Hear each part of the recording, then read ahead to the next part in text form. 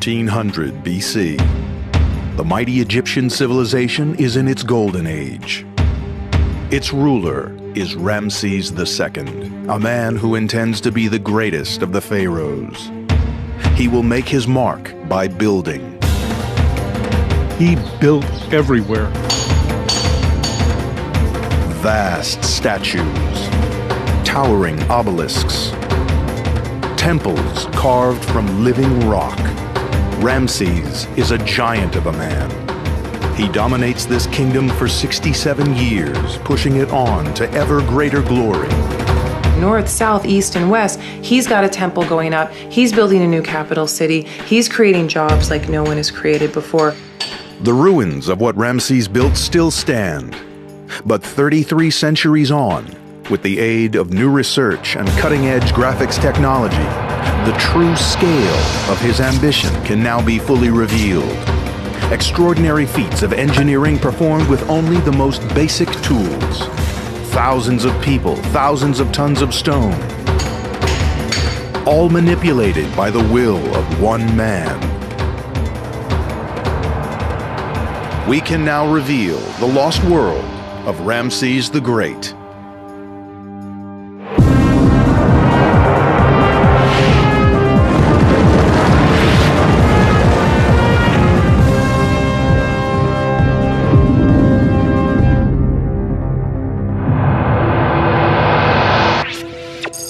Ramses is the heir to the throne of Egypt. One day, he will become Pharaoh, ruler of a civilization already 2,000 years old.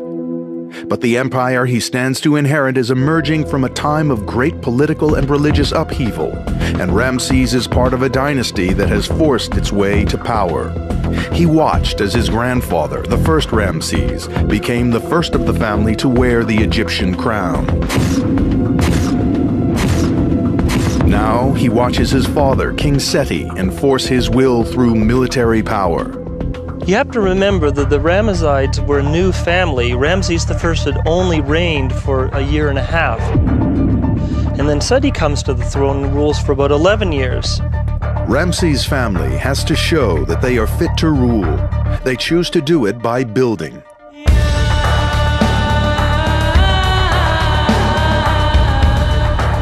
Building is the tool that pharaohs have always used to show themselves to the world. And they do it at Karnak, the vast temple complex in the great city of Thebes.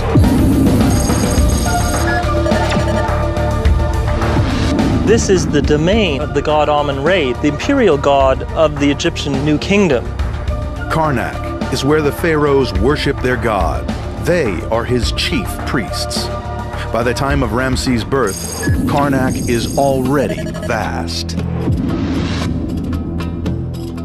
Buildings were continuously added or removed or changed.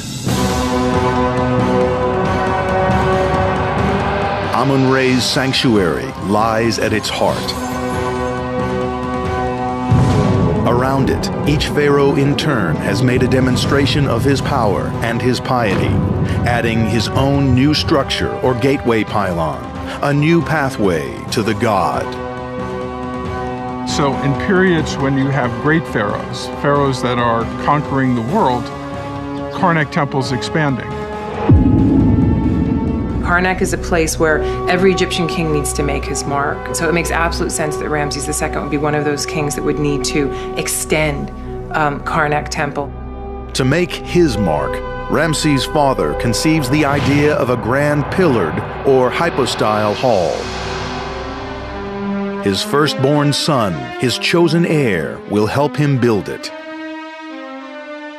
Well, I think the transition between the reign of Seti I and Ramses II was a very gradual one.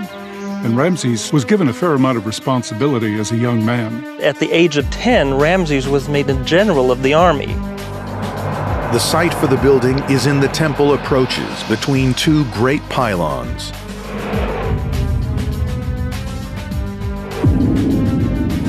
Today, any visitor to Karnak will be overawed by what father and son built. The hypostyle hall is absolutely vast. You could fit most of Notre Dame Cathedral in Paris within its walls. Investigators are now trying to decipher how the hypostyle hall was constructed and recapture what this extraordinary building looked like during the reign of the man who built it. This space was covered by a huge roof resting on stone supports, the columns packed closely to accommodate the weight. So if you want a large room, you have to put in an awful lot of columns. So quite literally, the hypostyle hall is a vast forest of columns. We know that the ancient Egyptian builders had nothing more sophisticated to work with than stone pounders and copper chisels, and yet they undertook a project which would be ambitious even by modern standards. Well, you're not building the columns individually. What you do is you lay out the foundations for the entire building, the column bases, and the side walls. The building's plans demanded 134 columns. The central colonnade had pillars that were 7 stories high. Clues to how the builders set about the task lie in these wall paintings from a private tomb, a kind of 3,000-year-old construction manual. When deciphered, they reveal a highly inventive solution. This wonderful 18th dynasty scene of mud brick making could be a photograph taken in an Egyptian village even today, because the techniques that it shows have not changed in about 5,000 years. Water is being dipped out of a pool surrounded by trees, and it's mixed with mud and probably wheat chaff temper to make the mixture, which is then put into molds and put on the ground to dry for a couple of days. The mud bricks are then carried over and used to build walls, or in this case, a ramp for the construction of a hypostyle hall. The use of ramps in the construction is a key discovery. On this wall painting, the ramp leads to a hall that appears buried. Evidence indicates this technique was used elsewhere in Karnak because the remains of one of these ramps can still be seen. It's now possible to work out how the builders did it. They didn't use scaffold or cranes to raise the blocks above the ground. They raised the ground itself.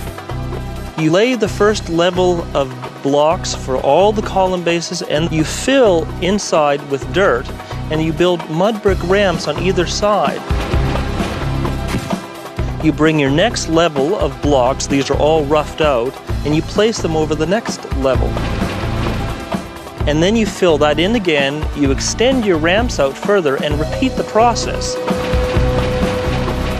So when the building is finished, it is completely buried under a mountain of earth and huge mud brick ramps on either side. The ramps were only temporary structures, but they were hugely labor-intensive. The slope would have been around 7 degrees. To reach to the height of the columns in the hypostyle hall, it must have been as long as 2 football fields. 25,000 tons of stone were dragged up these long slopes to make the columns. The column drums were so massive that they had to be made in 2 D-shaped blocks. Each tipped the scales at 10 tons. Ramses masons locked these stones together so tightly that some haven't shifted in more than 32 centuries. Peter Brand hunts for clues as to how they did it with Dennis Stocks, a specialist in ancient building techniques. The key lies in pieces of wood fitted into notches cut into the stone. First of all, you had to get a piece of hardwood and cut out the shape so that it fitted into the other side. So the block that's coming up to it, you put it in, bang, bang, bang. It pulled the 2 blocks together tight so that they couldn't move.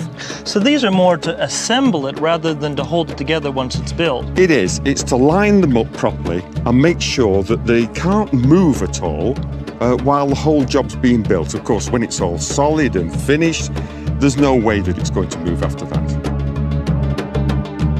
And then the stones had to be sanded smooth. We know they didn't put the columns up smooth from the beginning because we have one here that's still carved in the rough. Now I think they didn't have time to be fussing with these in the quarry. They left it to the builders at the site to finish dressing them. They were trying to produce as many blocks in the quickest amount of time possible. When the columns had been erected and the ramps and the platforms were gradually being lowered, the workers would be smoothing the stone like this. with a sandstone rubber like this in preparation for the cutting of the hieroglyphs.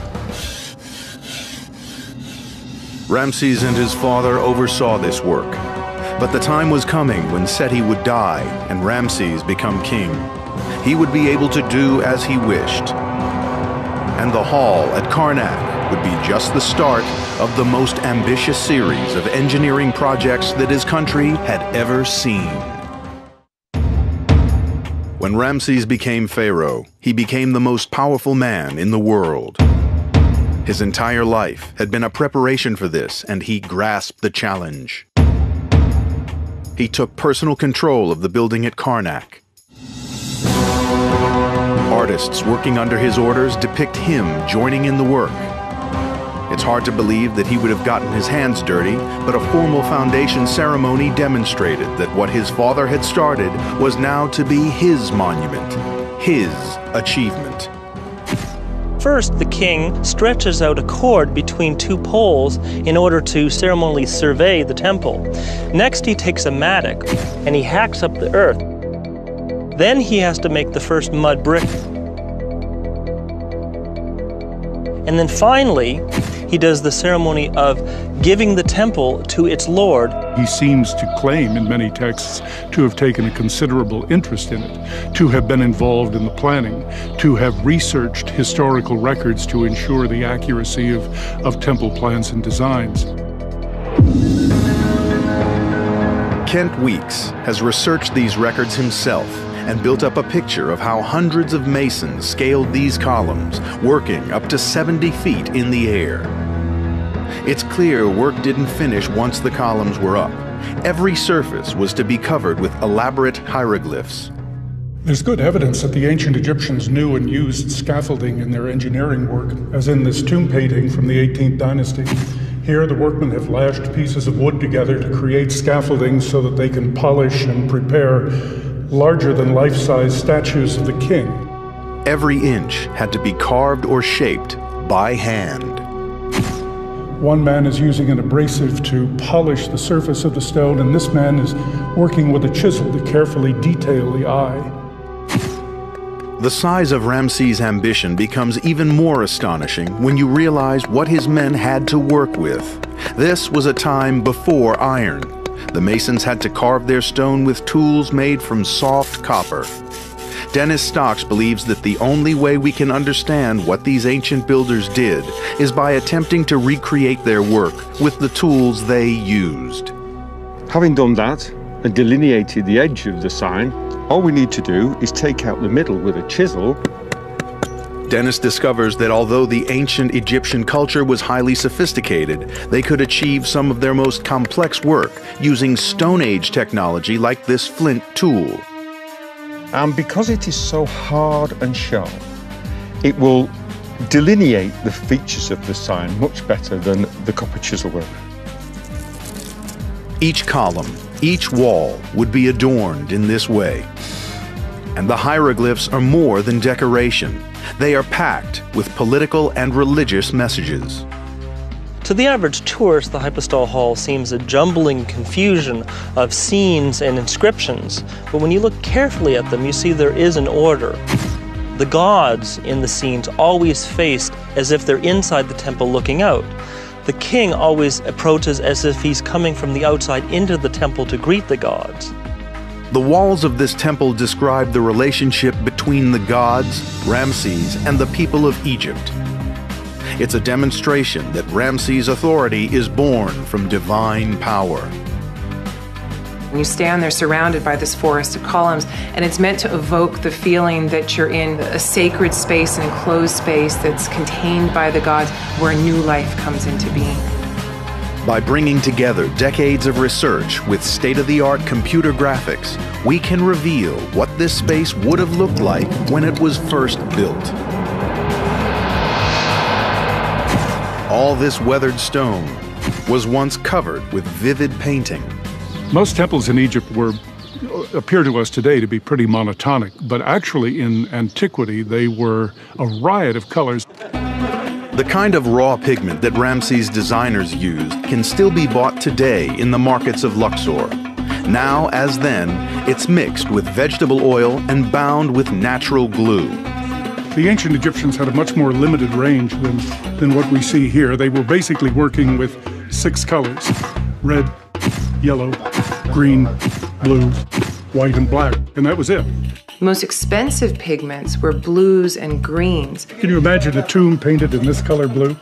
And would actually really communicate to the people looking at this material that you were able to afford the very finest. I think we're lucky that most of the paint and pigment on these temple walls has faded, because 3,000 years ago, these must have been the most garish places you can imagine. Thousands of man-hours and vast expense went into building and adorning this hall.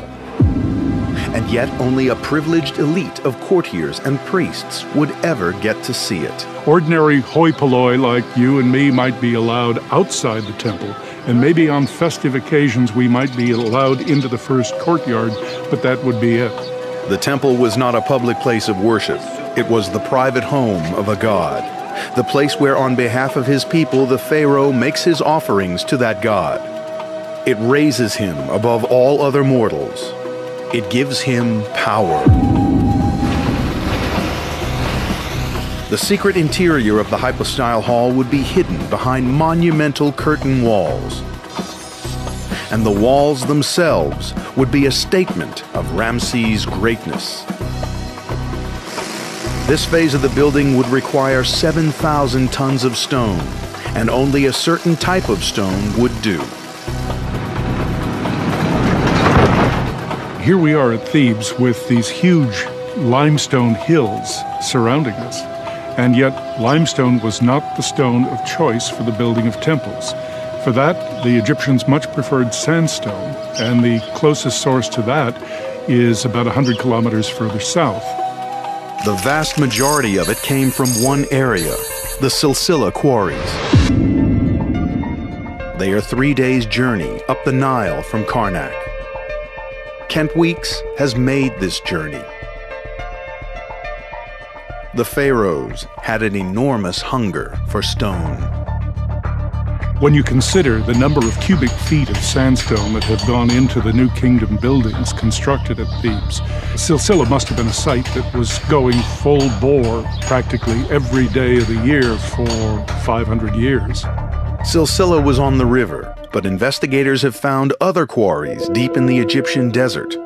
A team of investigators have been trying to map the network of roads built to service these quarries. Well, it's probably the best preserved road network from ancient Egypt.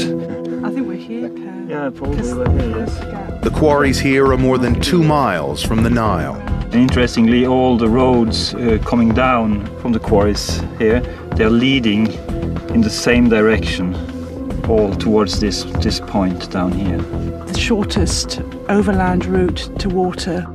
They could have stockpiled the stone and then waited for the highest floods to then float the stone away. To quarry so many blocks, drag them to the river, load them on ships, bring those ships in timing with the Nile flood, offload them at various sites in the Karnak-Luxor area. It must have kept thousands of people busy throughout the year. It took a fleet of 50 barges to keep Ramses' builders supplied. They had to be almost flat-bottomed to take advantage of the Nile's flood, but they could still carry huge loads. We have shipping records from the time of Ramses that tell us that there were captains delivering loads of stone from the Jebel Silsila quarries. Each boat was carrying anywhere from 5 to 7 blocks of stone. With the Nile in full flood, the boats could sail right up to the temple. This is the inundation of year 28 of Ramses III. This tells us that 3,000 years ago, during the annual flood, the Nile reached to this level.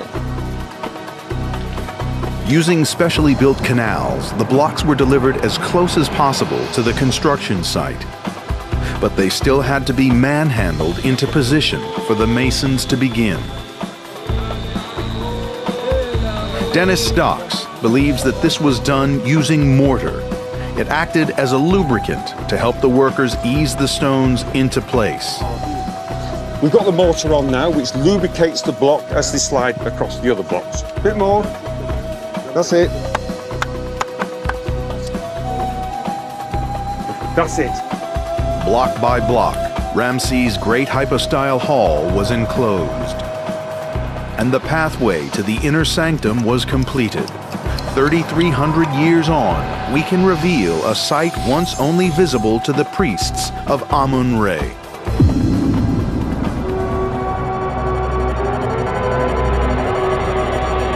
The further in you go, the closer you are moving toward the god, who takes up residence in this temple. Here in the inner sanctum sat the enormous gold-plated bark of the god Amun-Re with a ram-headed prow. It filled this room. Every day, the king, as the chief priest, had to go into the sanctuary of the god, clothe the god, feed the god, anoint the god, read a number of texts that would awaken the god and give him new life, and then sacredly close up that shrine, leave no footprints behind.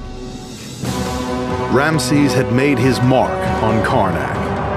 It had been impressive by any standard when he started, but now it was one of the wonders of the world. He now turned his attention to the other great shrine in the city of Thebes, the Luxor Temple.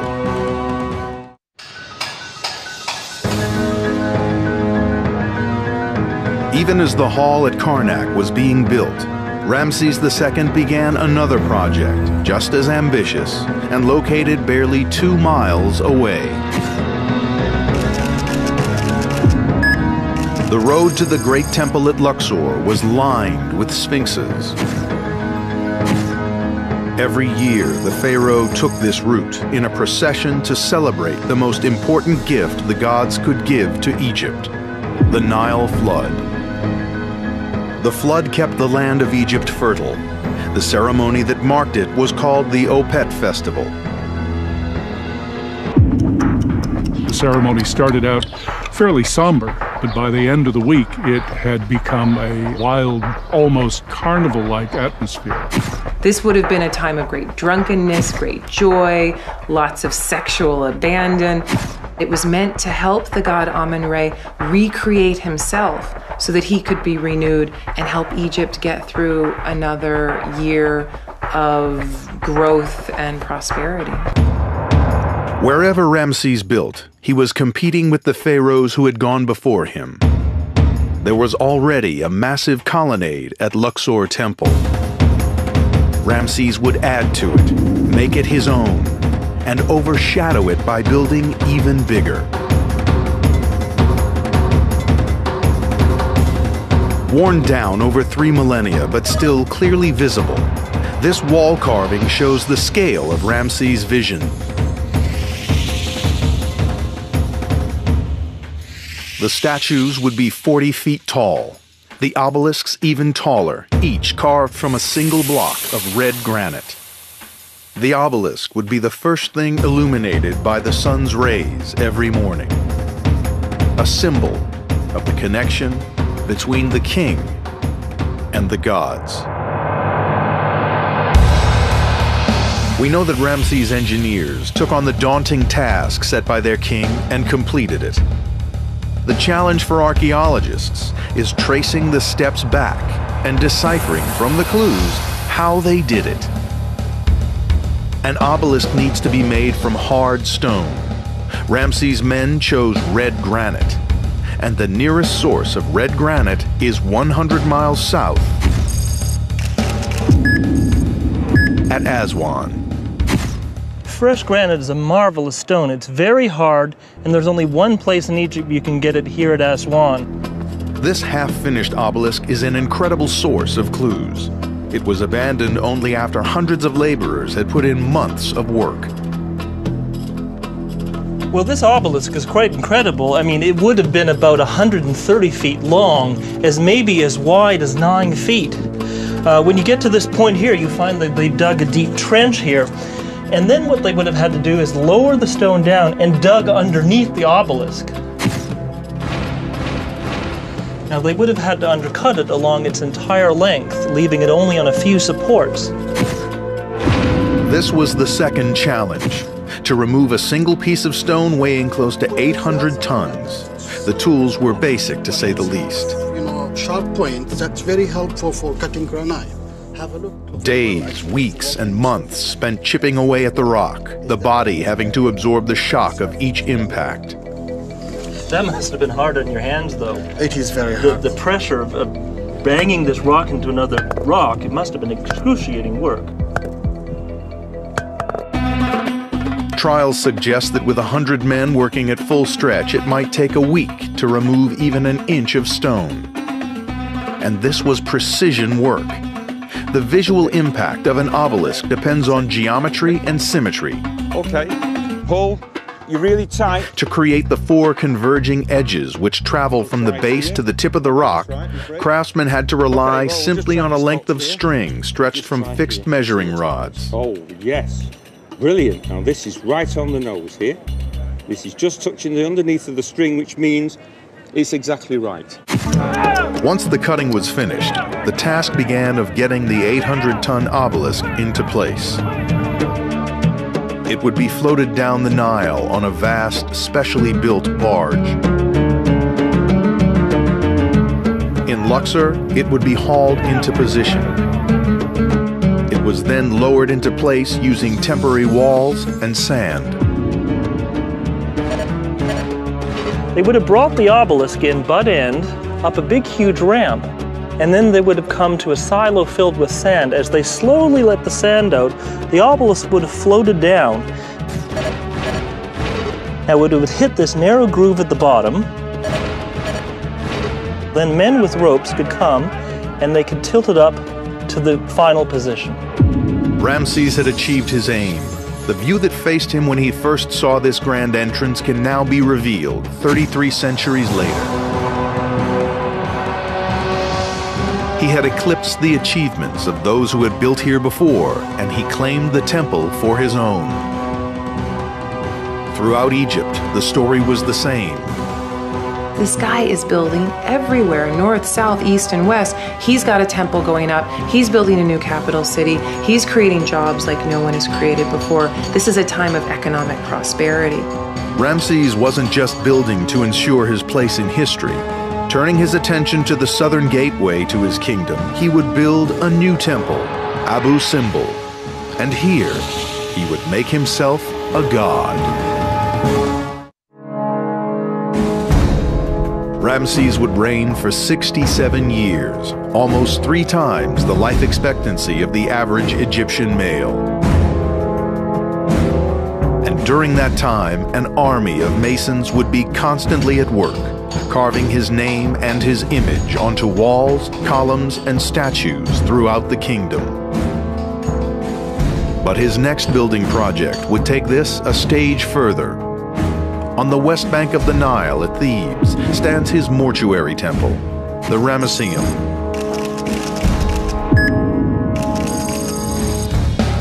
It took 20 years to build, had its own pillared hall, and was dominated by a statue of Ramses which lies smashed on the ground by the building's entrance. It would have resembled this statue, only many, many times larger. It was one of the largest sculptures in the ancient world. Calculations put it at around 70 feet tall. The entire structure would have weighed over 1,000 tons. That's 15 times the weight of the Statue of Liberty. The pharaoh intended that when his time came, the Ramesseum would be his obituary in stone.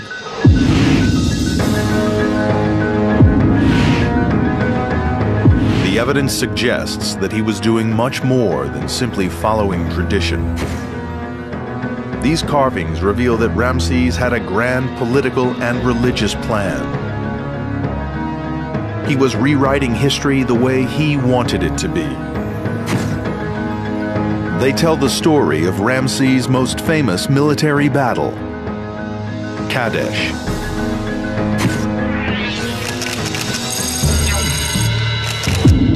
The Battle of Kadesh happened in year 5 of the reign of Ramses II, and he faced his strongest foe, the Hittite Empire, and they met at the Orontes River in Syria. and it was a near disaster.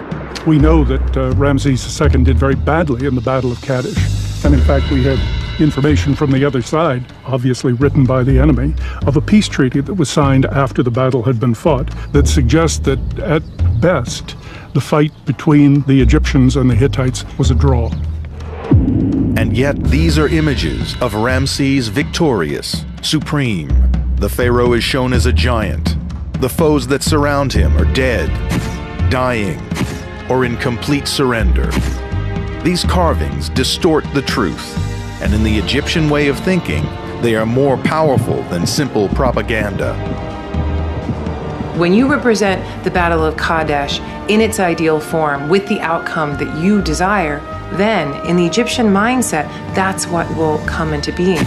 Ramses believed that if he cast something in stone, he made it happen, even if it wasn't true.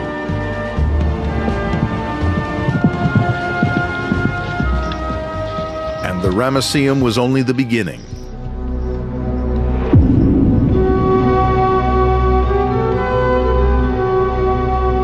He is going to do what few other pharaohs ever dared. He is going to transform himself and rule as a living god. To make it happen, he will use the stone cliffs at Abu Simbel.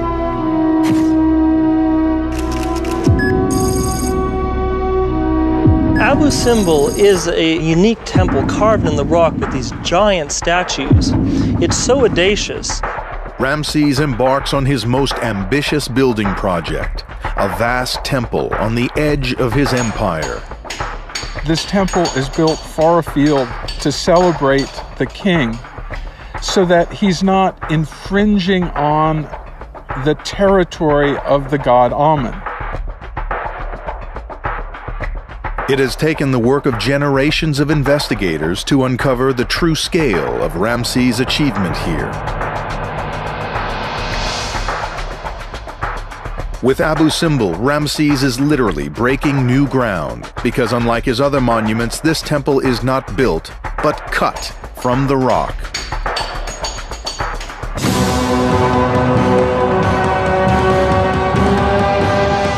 Instead of transporting stone to the site, they are carrying it away. Teams of masons chip the sandstone away until 4 great statues of their pharaoh emerge, each one almost 70 feet high. They are a deliberate attempt to intimidate the local Nubian population. The Nubians were in possession of Egypt's principal source of gold, and it was extremely important that Egypt maintain control over the gold mines and the trade routes that led into Africa, a source of ebony, ivory, slaves, and so forth. The interior of the temple is equally ambitious. A network of chambers tunneled over 150 feet back into the cliff. And on 2 days a year, there is a dramatic demonstration of the royal architect's grasp of astronomy and the precision of his builders.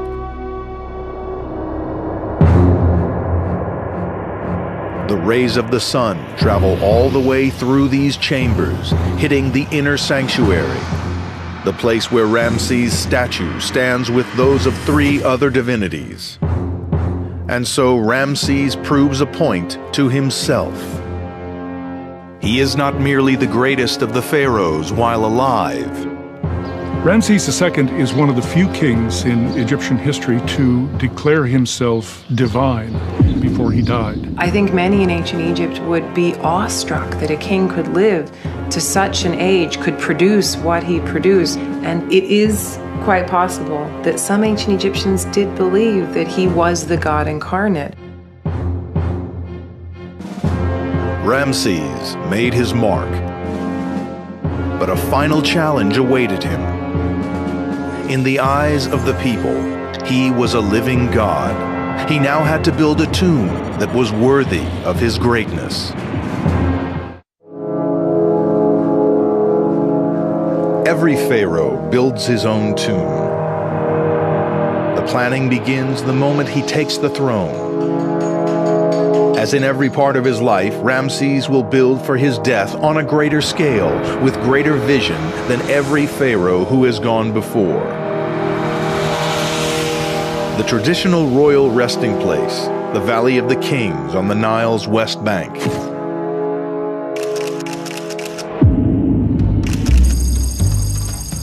Well, in a rough sense, as we cross from the east bank to the west bank, we're crossing from the city of the living to the city of the dead. In the time of Ramses II, this has been a royal burial ground for 500 years. The plans for his tomb take these past burials as a starting point. But he lives into his 80s, ruling for almost 7 decades. And before he is placed in his tomb, he will bury many of his own vast family.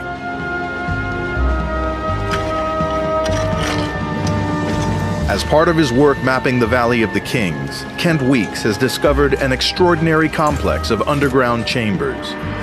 They have been given the name KV5.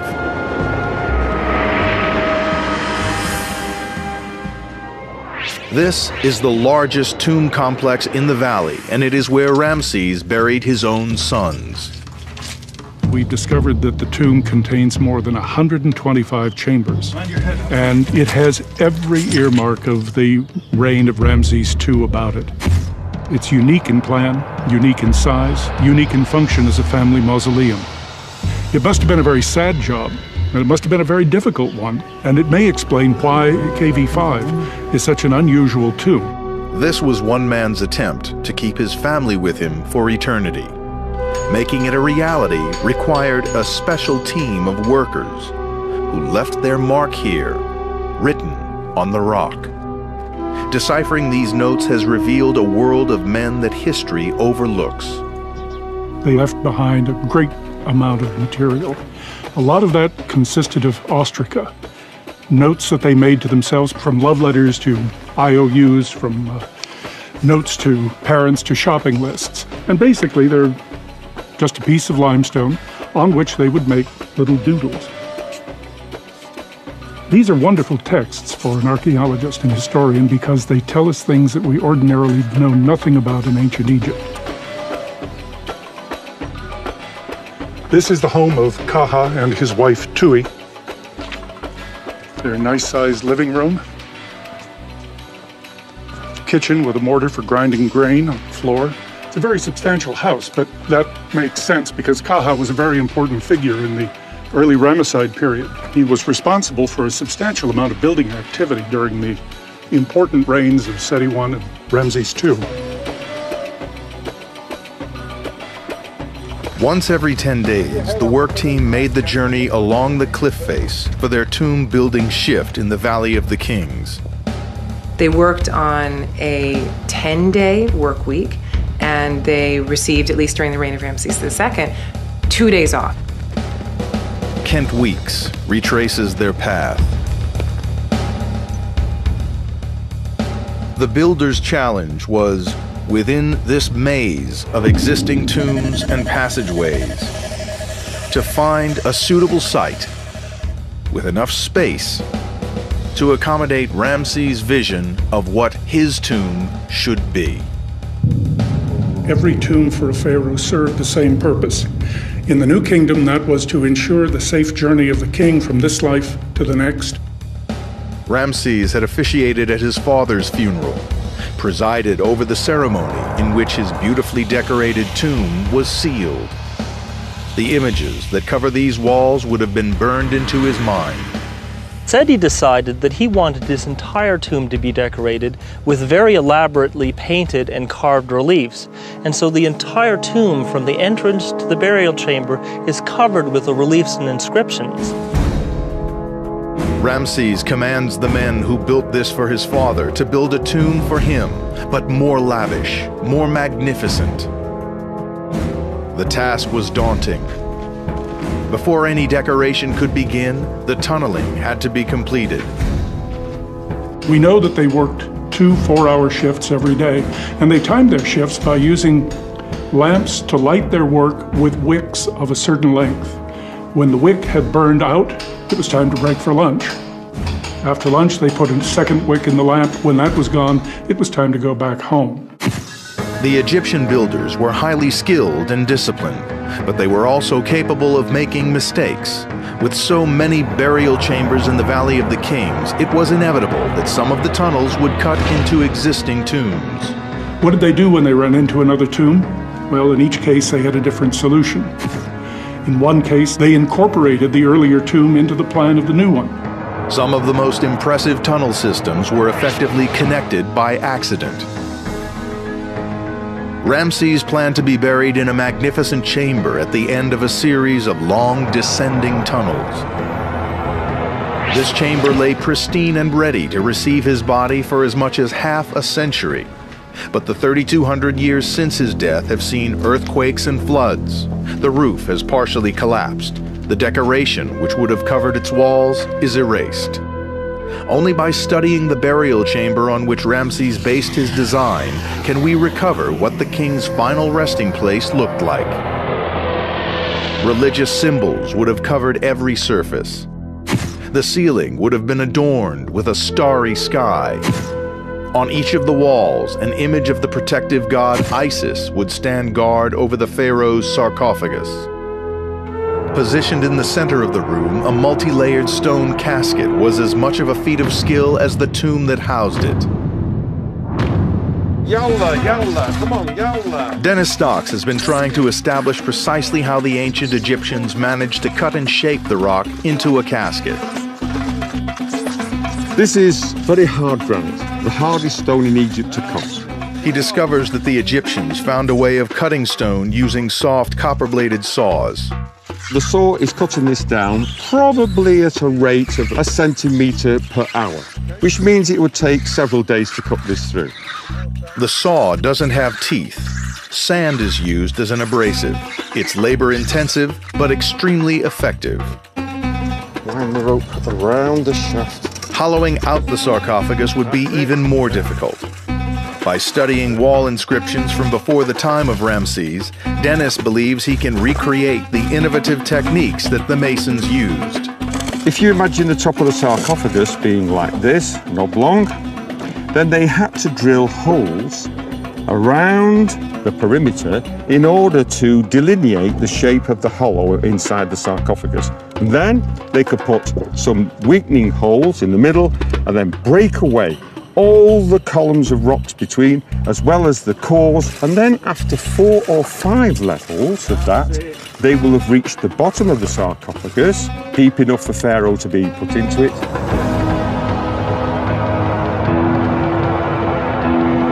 Although this process took a long time, it was finished long before Ramses died. Even his age marked him out as remarkable. He was in his 90th year when he was laid in his sarcophagus.